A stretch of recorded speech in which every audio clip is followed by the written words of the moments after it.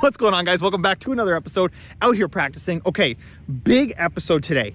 This is the swing blueprint. Guys, I'm so excited for you to see this. This has been the biggest unlock in my entire golf journey, the single greatest golf experience I've ever had. I cannot wait for you guys to see this. I'm so excited to take you through it.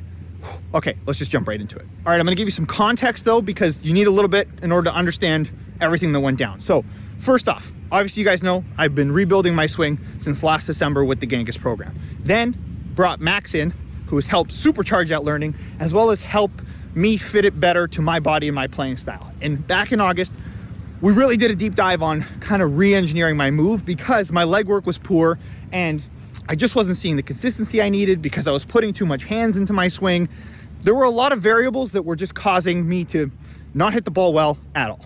And so since August, it's been a nonstop grind of beating out those old habits. And I did my 200 half swings a day challenge in September and basically built in some bowed wrist, fixed my leg work, and got the overall motion of my golf swing to a more professional level. And just kept workshopping that to the point where over the past month, it's been really good. But it was still missing something. There still wasn't that total consistency and commitment that I'd really wanted out of my golf swing.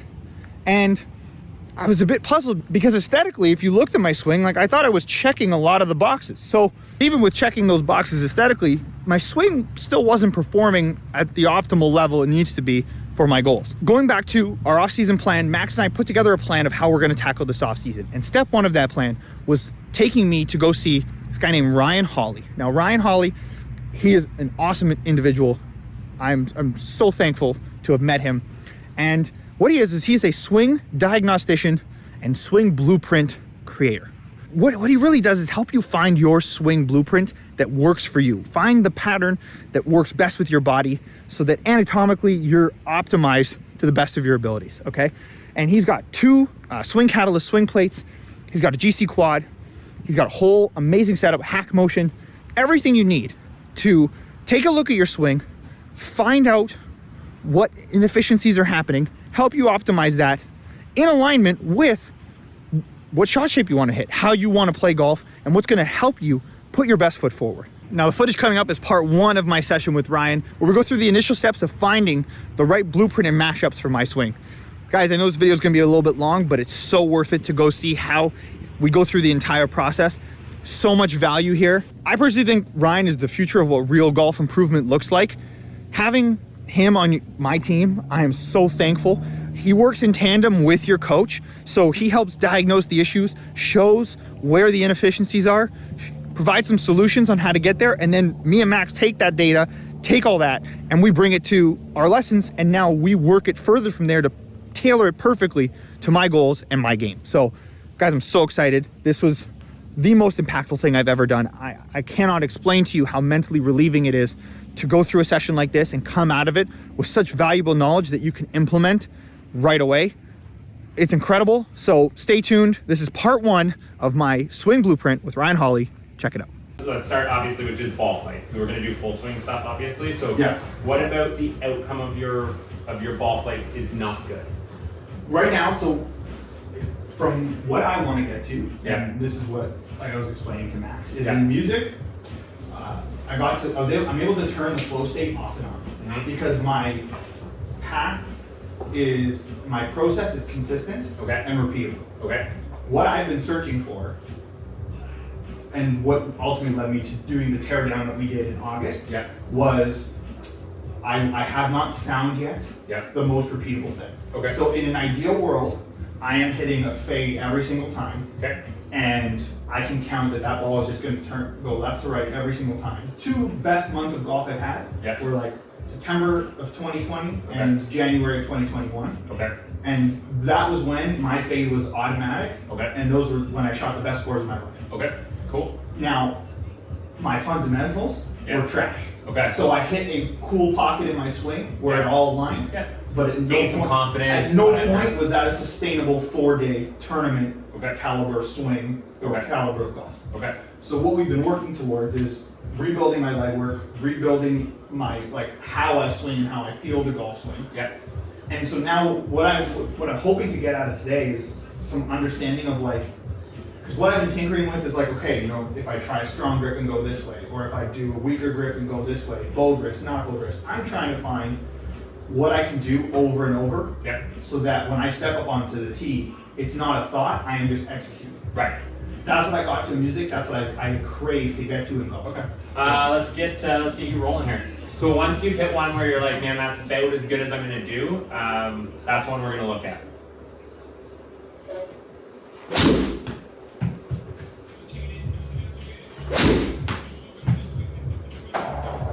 That's real good, right? Yeah, that one felt good. So the directional push here is awesome. So this 5.5 position is really, really good. Okay. Tons of torque, like really good use of that. You're gonna end up light on the vertical side though, simply because the center pressure isn't pushing in, I think, into the right spot in the foot. So, and I would agree, like my weakest part of my game was just, like my weakest part of my swing is like how to actually use my feet. okay. Like it's taken a lot of time. Well, the nice thing is you guys have done, I can't comment on what it was before, obviously, but you guys have done a good job of getting that into the right spot. Simply because when you have two forces, your torque is above PGA Tour average, your horizontal force is in PGA Tour average, and your vertical force just kind of touches PGA Tour average. Okay. I'm not that interested in like making this force go up. I'm more interested in what would happen if you pushed into a better spot on your foot. Right. Okay. If we got force moving in a little bit different direction, because there is a little bit of a hang back here. Yep. Right? You're in a little excessive side bend, and your center of pressure is actually pressing backwards at this point. Okay. That's probably okay for a driver, but you kind of end up on the side of your foot, and when we end up on the side, we can't really push the ground very hard. So, And I would say from a like Arccos strokes gain perspective, Yeah. I'm always like +1 in terms of strokes gain for driver. yep. But approach, Okay. I've not been I've not even come close to So positive strokes gain. that makes sense then. So when we get into that position, I mean, the swing overall is pretty good. Like there's tons of rotation through the golf shot, so you're gonna have seemingly a fairly stable club face. So things should start on line generally for you. It's just gonna be hard, I think, to repeat kind of your low point when your center of pressure with your iron is moving backwards in your feet at impact. And that makes a lot of sense. So typically this vertical force has no impact on club direction. Okay. So when we're pushing against the ground, whether we're lowering or pushing back up, this is a fairly neutral element. Torque is inherently, as we create torque to rotate our body, you can imagine I'm going that way. Right. The hands will tend to shoot outwards, kind of creating a more kind of fade biased path. Horizontal is typically a draw pattern. So the fact that both of these reach PGA, like the top end of PGA Tour average, are kind of having this like canceling out effect, if you will. So Okay. This is draw heavy, this is fade heavy, and you just kind of cancel them out. So if we increase this, right, Yeah. we're gonna get more of a fade pattern. Okay. Okay. If we angle center of pressure a little differently, we're going to increase that fade. So we're going to get you to probably 2 degrees out to in and then stop. Okay.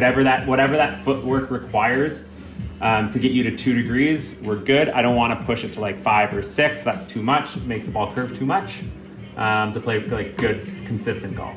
So we're going to start that with force pedals. Okay. So you're going to push, and you're going to almost feel like that right heel is coming up off the ground. Okay. Okay, so you're going to continue to kind of push the ball of your right foot into the ground. Okay, it doesn't have to get exaggerated. Just, you know, I'm pushing here. I have an arch in my foot, right? Yeah. I'm pretty flat-footed, but most people have an arch in the foot. Yeah. So I can apply more pressure there and not let my heel go up. For me being more flat-footed, I probably have to let my heel go up in order to push enough into the ball of my foot. Right? I'm a very draw pattern player because I'll tend to load that heel and kind of go this way. I'm asking you to kind of go more this direction onto the ball. And then from here, as you get into your left side, I want you to squish this as hard as you can. Okay? That's it. So coming up, Yep. I'm basically pushing, Correct. lifting the heel. You're pushing And then down on the orange pedal. On the way down, I want. You're going to push on the yellow pedal. Interesting. And I can feel my tendency to want to go to the heel. For sure. Huh. Crazy. That's cool.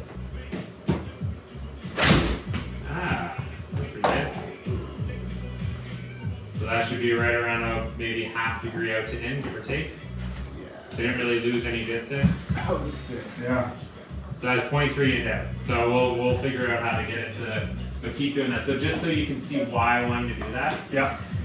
Yeah, so your vertical force Yep. just increased hugely. So this is your first one. Okay, you load this heel. Yep. Okay. Well, now you can see that you're in the more that center of pressure of your right foot. The combined one hasn't dropped down. It's kind of just gone straight back. Where here it used to drop down. That's the combined. That the difference is the reason this is going more straight across than back is because this center of pressure of your right foot isn't going towards the heel anymore. It's staying in the ball of the foot. Okay. So from there, what ends up happening is you can plant earlier. And see how here we've already skipped the ball of the foot and we're just kind of going to the outside. See, this foot is now very narrow and this foot is very wide now over here, right? So now we're on the ball of the foot as opposed to this center of pressure here on the left foot is actually outside the foot. So you're kind of moving the foot that way and you're putting your pressure actually like literally outside the foot. Now it's in the ball of the foot.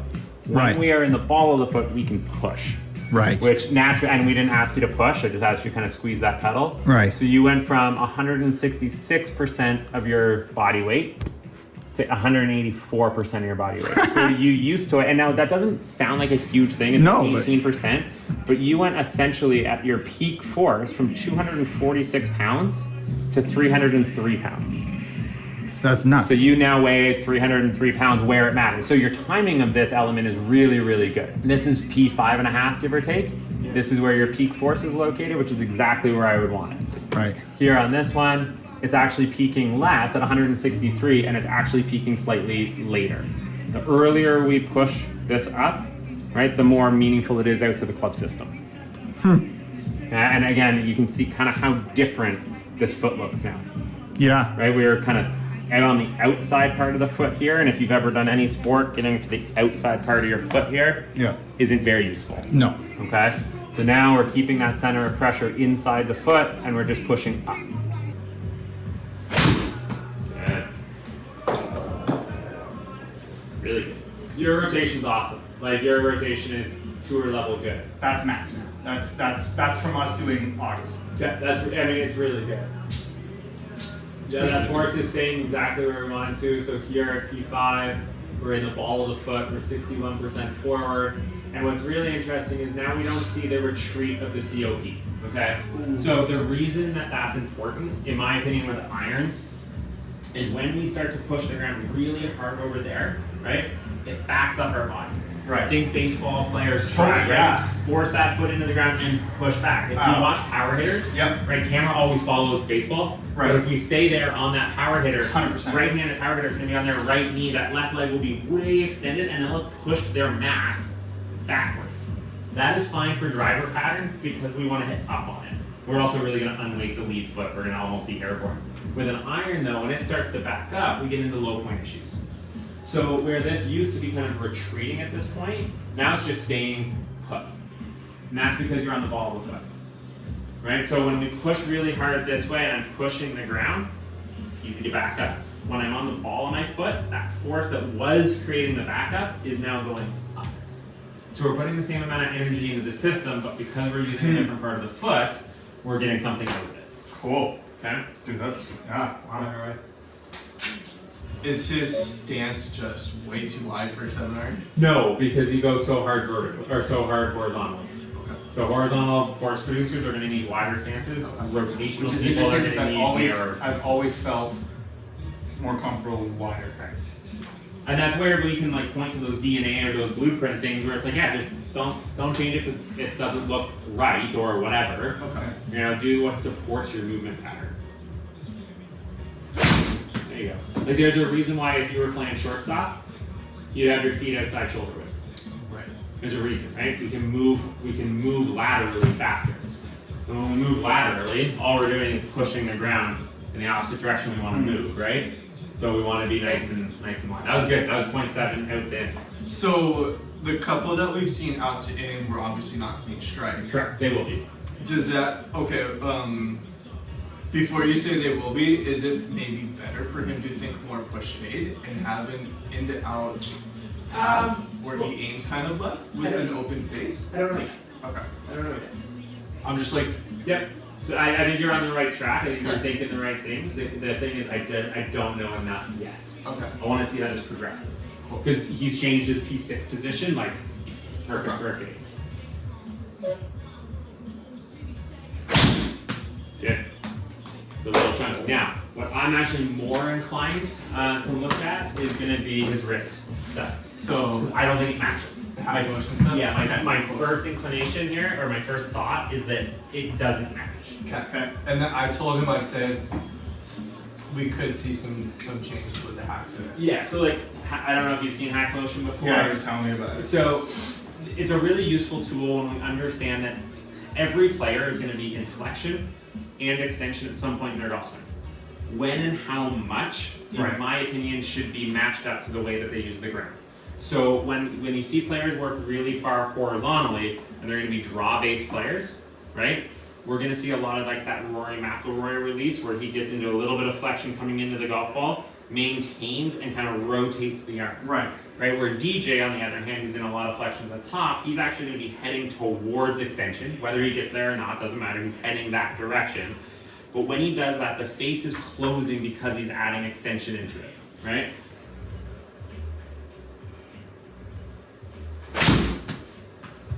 Good. Really good. Yeah. Yeah, this makes total sense. Okay, cool. So, I want you to. And that would be actually be indicative of like the miss I'm fighting right now. Yeah, for sure. That makes total sense. So, from a flexion extension standpoint, near the top, like you're kind of adding a little extension, and then you drop back into flexion coming down, and then you kind of head back towards extension, which is I think how you should be swinging the golf club based on what you want and some of the other stuff. But when you couple it with rotation, okay? Right. So rotation of the sensor is global rotation. So wherever it starts, that's the zero line. So this will always start on zero. When it starts at zero, it's telling me that at impact, you are approximately 40 degrees more left than when it started. So you're heading towards a little bit of extension at impact, not getting there, but just heading towards it, which is a closing mechanism. And then you're rotating your arm, another closing mechanism. Right. Right? So hence the double. Hence the double cross, Right. which good players do not double cross the golf ball. Right. They may underfade it, they may underdraw it, they might overdrop, but they're not gonna start it right and hit it OB right. Right. Okay? Or vice versa Yeah. for a fade player. So we're gonna cancel out this rotation now. So cool thing about hack motion, we don't need a golf ball. I'm gonna feel like this point over there as I'm rotating through. You're gonna take your arm normally and kind of rotate the logo over there. I want you to feel like it never moves. Okay. Okay, it's only gonna move because your body's rotating. Okay. Is it a grip thing? No, I don't think so. Because I've changed my grip a couple times. A grip change may help support it, but it's not gonna do it for you. Okay. Let's try to just feel like on this one here, go up to the top. And by the time you get to the top, you should be squishing that yellow pedal. Good, so come down slowly.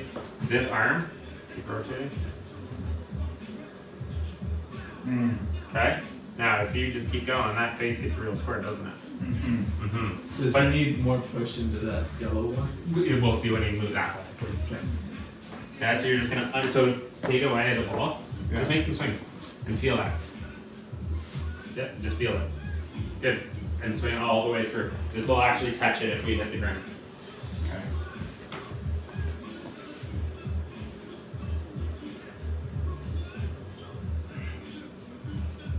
Okay, but I want you to actually release the golf club that direction.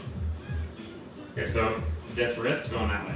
So the arm's not gonna rotate, but you're gonna let the lead wrist get into extension. Okay. Kind of after impact. Okay. Don't hold on to it. Holding on to it is almost never a good idea. Full speed. You want a full speed swing? Yep. Release the energy. Good. Release it without rotating the lead arm. Yeah.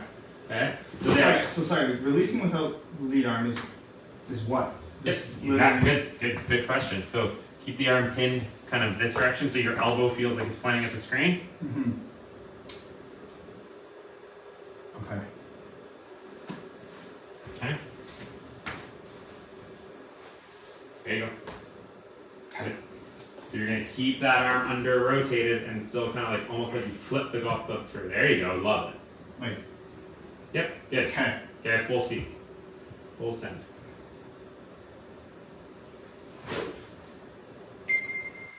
There you go. Perfect. Excellent job. So now you're under rotated by about 65 degrees at the moment of impact. So you just made like a 100-degree change like that. Cool? So keep on swinging. Excellent job, Gabe. Best swing of the day, man. Best swing of the day. So you were under rotated at impact here. So now, when a player is heading in this direction, this green line starts to trend upwards, regardless of the value. Yeah. Okay? Something went wrong in calibration because it says you start at 0 and then you flex really hard and you start to go. Doesn't matter. It's just the shape is important. So global rotation is always the same because its starting point is always 0. So as you're kicking this towards extension, whether you get there or not, you cannot have this arm rotate. So now at impact, you're crossing this at 10 degrees more to the right than what it was at address. As opposed to 40 degrees, which is why you hit the ball to the Which right. is exactly why I have the issue I have. You got it. Okay, keep rolling. Cool. So sorry. Nope, not. So just, you don't even have to think about the release, because you're going to release energy anyways. Yeah, I just want to get that Keep feeling. this Yep. over there. You don't have to do anything at the wrist level.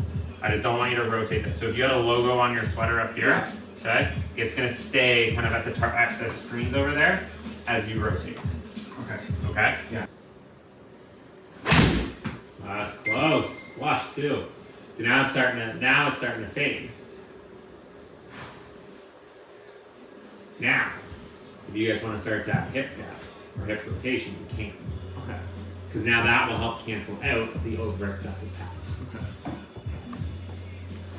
So we're gonna do that. Just to test it. So we got a feel for that, right? So start going back. Good. Good. So I want you to resist what I'm doing, okay? Okay. Resist me. Resist. Okay, you just rotated more, right? Okay, cool. So pretend like I'm there pushing you the other way. Yeah. Good. Yeah, love that. Fire away. So in the backswing, you're gonna rotate your hips more now than you're used to.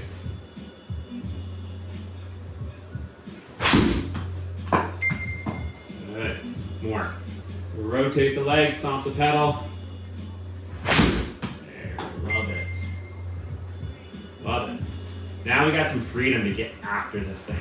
See, one of the things that I think, and I mean, having just met you an hour ago, I think one of the things is that you can't really use your speed because you're afraid of where the ball's going to start. 1000%. Yeah. So we're going to clean that up and say, well, you have to move hard to start at left to target. Right. Because we're going to take every other mechanism away from you that starts the ball left. Right. Okay? So really get after this one. Yeah. Under rotate the lead arm as you stomp down.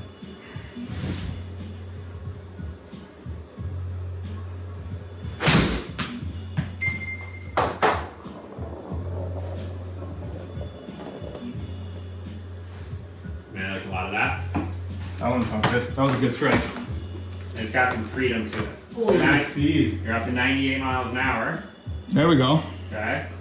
Yeah, but you're 100% right about the speed thing. Is that, and that was a flaw I realized before we started working together. When I was like, "Hey, I got all this speed, but it was going nowhere because I was flipping." Yeah. And then once we started correcting it, then it went everywhere. Right, so the flip coming into impact isn't bad if you have enough flexion early. Right. So you need flexion early to allow that thing to go in. Right. Where Max is lots of extension at the top and needs to get rid of Right. that, right? So I would call it like savers and spenders, right? So some of us, we save up this flexion early and then we spend it down the bottom. Right. Others, we get all this extension and then we get down. Savers and spenders. I like Yeah. that. Super straight. Ain't- That's all we're looking for. Oh, double zeros. Oh. Now, dude, check this out. So now what's really cool is that we've got your vertical force up to 197% of your body weight. So this is the most you've ever pushed vertically, Right. right? We still have enough rotation to get you through impact. But now this position at this P6 position, the club's in line with our hands. That's why we have a 0, right, or double 0. That's like unbelievable. Yeah, that's really, really good. So now obviously we just need to kind of clean up that low point issue. Yep. But then that's a great release pattern for that type of golf swing. Okay? Tilts are awesome. Everything is really good there, like really good. We just want to make sure that we can make sure the low point is good. His impact position is good too. It's nice. So what are you trying to do on this one? We're gonna go after. Okay. Push So hard, under rotate push the arm. hard, and give a ton So of hit. over rotate the pelvis, under rotate the arm. Yeah, There you love go. that. That was good. Love that.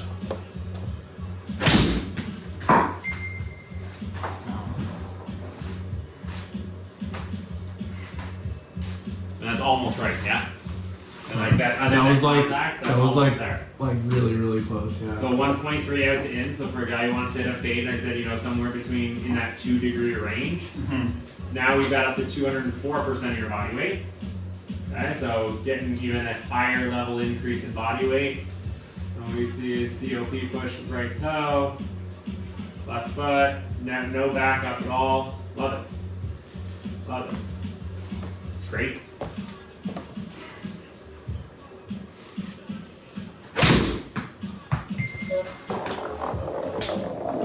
It's coming.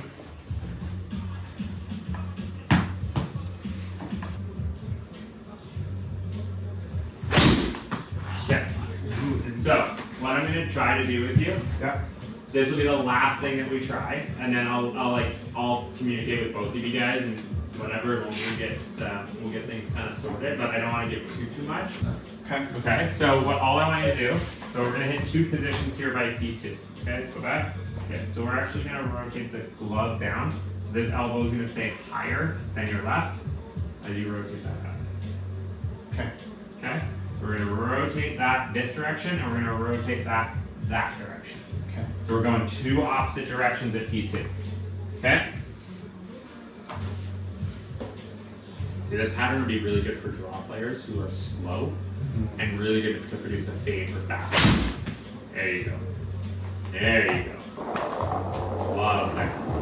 So the other thing that you're going to notice is your dynamic loft is going to go down, which makes your ball speed go up. Right. So I need you to have more to spend.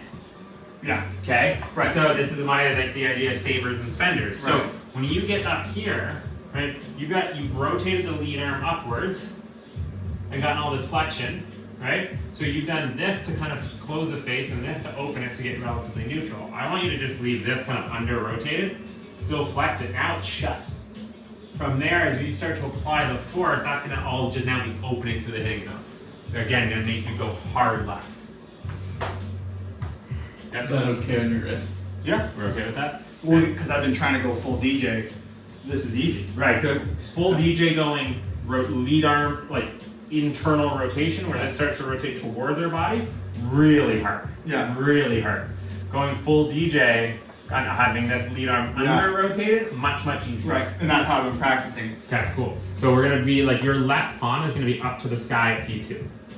The toe of the club at the ground. Yeah, we're gonna rotate it. We're gonna feel like it rotates this way. So that right elbow is gonna be really high and the left elbow is gonna be really low. The feeling. You'll never get there, but now you got lots of flexion in that lead hand. Does he need to still turn more going back? Depends. So that's going to be how you cancel the club path. You're going to convince him to turn.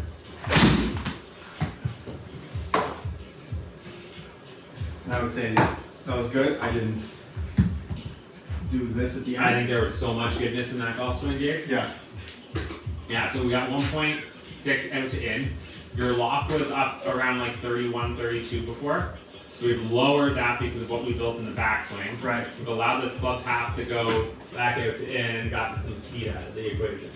So I thought that was really excellent. And what's really cool is now your torque is even higher than it was before. We've gone through this like learning phase where the torque was then shut off Right. because of what you were trying to do by hitting the lead arm. Now we've increased torque, increased verticals, and planted you on the right part of your foot without a backup. Wow. Okay? So a lot of stuff getting accomplished right now. So counter rotate the lead arm. Yep. Pin it to your body and stomp down hard.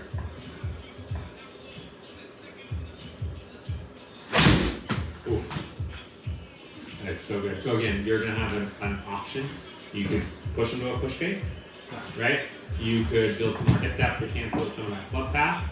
But when you see that ball flight where everything else is good, the dynamic loft is high, okay, and that makes the smash factor low, you did not counter rotate your lead arm. Sorry, Like counter rotate is you guys like counter rotate is at the start. So, yeah, right off the hop. So you want to go somewhere during your backswing. I shouldn't say right off the hop. Somewhere during your backswing, you need to get this arm working that direction. Okay. Okay. Now that's obviously a huge extreme, and you probably would Right. never play like this. But you think like Victor Hovland. I was just gonna say, Colin Morikawa, is this a Victor Hovland? Because DJ. he gets his and it's kind of like loopy-ish looking. Well, it's looping because he has reached his end of motion, like his end of range. Okay. So if we counter rotate our lead arm, okay, and we just counter rotate or not let it rotate.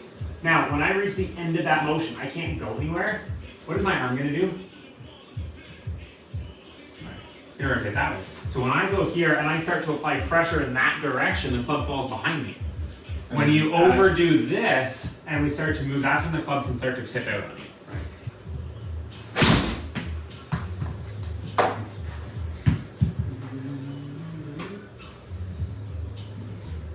Now I'm getting sloppy. No, I think that's probably my favorite swing of your day. Yeah, I actually thought that was. Yeah, I think that was brilliant, man. Check it. Okay. So Well, you're just like correlating like the result to it, right? Right. And it's such a new movement. Right. Like you see sloppy, and I see like we've seen numbers like this pretty consistently now for a bit. Right. you're up to 100 miles an hour. Right. Yeah. You guys are watching the path numbers. Yeah. Yeah, I'm just watching the patterns, right? So again, we're up to 190. We were up to like 220, so that might be where you felt sloppy, where you didn't push down hard enough. Yeah. On that front foot. Yeah, and that's where you see actually. Funny enough, you're 100% right. You roll, you go from here, you light up the ball of your foot just for a second, and then you're fully on the outside part of the foot, Yeah. which is not really what we want. So that's probably where you felt sloppy. Yeah. Yep. Fire away. Keep going. That was really good. Yeah, so close. So close. So that was too much push. So we're gonna see again. So you got to plant harder on the ball of the foot. Right. And I would say that plant on the right is where Okay. I know Okay. something that's okay. Yeah, we gotta stay on the inside part of the left foot. Go up to the top. Come down to about lead arm parallel to the ground. Okay, good. Now I'm gonna pull you this way. Okay? I'm gonna pull on you. Go back up. P5. So stay at P5. I'm gonna pull you really hard. Okay. Okay? You're so right at P5, lead arm parallel. Perfect. Now I'm gonna pull you. You're gonna resist. Use the inside part of your foot. Push the ground towards me. Ah, that's different, right? That is a very different feeling for you, yeah? Okay. Okay, go up to the top.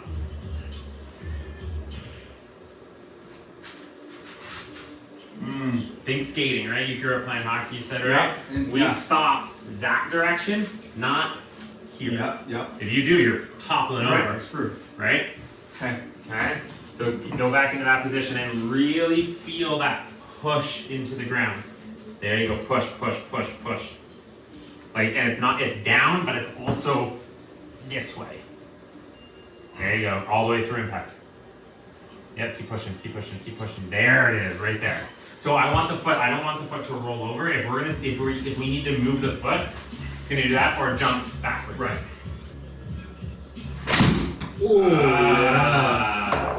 Big difference there, isn't it? Alright.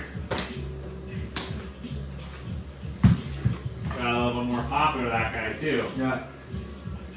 Loft is down to 26. Okay. Which would still be considered for me a little bit on the high side. I'd like it to be below 24. But Yeah. starting at 32 and Yeah. getting it down, that's a club and a half different, right? 3 Yeah. 4 degrees between golf clubs. Really rotate that face down. Down. That was really good too. Dude, that's your pattern right there. That's so good. Now, if we have a problem with starting it kind of online, so that was 0.9 into out. But I would say that You I didn't hold the arm the way it was supposed to. The one before was out to in, I believe, but his face was like pretty significantly shut. Yeah. If I read that right. Yeah. And again, look at how different that looks now. So this is now kind of Kafka style, where the face is down. Okay. Okay. So if we look at a lot of modern golf swings, we're going to see this from guys like Victor Hovland, from guys like Colin Morikawa, because now that arm isn't rotating as much, so we get a little bit easier to get flexion in, and then the lead arm will start to rotate the opposite direction, which is what I want for you, and then just not rotate, and then everything is squared up. It's so, when you do it that way, Right. Like my buddy Scott Couch calls it a cobra pattern. Right. It kind of coils like a snake. That's crazy because I've been trying to hit that look, Yeah. and like that's Best thing I can exactly tell you is yeah. if we change this, we change the picture. Oh, exactly. We don't change the picture without knowing what this does. Vitorino was hugely in that direction, and what's funny, where Max is, I think, probably going to push you, and I think it's probably the right thing to do, he was very open. Okay? He got that club shut in his backswing, he got everything out, and if he didn't stand close or open, he would swing too much into out. Right. That allowed him to shift a little bit more. Right. And he was just big fades all day. That Big was fades all day. push fades, yeah. So and then, again, I think that's fine. Like if you guys want to do that, go test it outside, see how it goes. Turn it down, right? You're rotating that toe. There you go. There it is. Money. Sounds different. Yeah. Feels way easier. If you don't have an idea of where your golf ball is going to start, Gabe, Yeah. you can't swing. No. You can't swing full out, right? And what we're trying to build today requires full force movement, right? It Yeah. requires the rotation to be fast. It requires a good push from the ground. But what will happen if it's structured and built correctly, or the club's in the right positions, let's say, then it becomes easy. It becomes repeatable, Right. and it says, okay, well, I can absolutely do that, Right. right? Well, and I would say exactly like now, like knowing and what these skills are. Yeah, If I have this, Yeah. and then we can just like workshop this. yeah, yeah. And then that's the thing, right? Takes the guesswork out of it. And that's how, like, And that's what I didn't have before. Right. Granted, a month ago, I wasn't able to mimic these movements you've been asking me to mimic. Right. So it's taken me since August Yeah. to get to this point where my body can actually, you can tell me what to Yeah. do and I can make Where more you subtle got- changes. where you've So got it's- some kinesthetic Right. awareness. Because Yeah. I was a absolute dumpster fire before with some of those things. Well, you came in a good spot, and that's what. Yeah. I mean, that's why I like my job is like don't really ever see people that aren't at least in decent spots. Yeah. I tend to work with better players for the most part. A little easy. Okay. Turn it down. Fire. Excellent job. Really good. Pressure and stances are a big one, so you can see the torque hasn't changed very much. 7 iron to 7 iron. This is the new one. This was kind of your original. Right. We're gonna see that's the big change right there. Right. This is why you're up to 101 on this swing. Right. Is because the vertical force your ground reaction force has increased by like 50 pounds of force, so like 20%. Right. And the way that we did that was just planting, so keeping it on the toe, like the ball of the foot on the right foot, as opposed to this was loading into the heel. And then when we push, it's more now Yeah. heated up here. And what ends up happening as a result is in this one here, you kind of push backwards.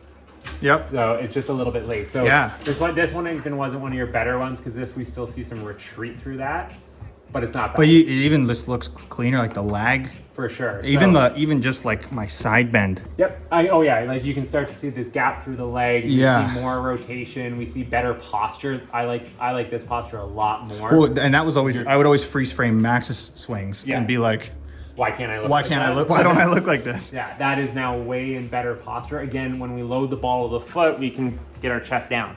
Right. When we load the heel too early, we oftentimes pop back up. So all in all, like really, really good. And then obviously with just the wrist angle stuff, we end up getting it straighter.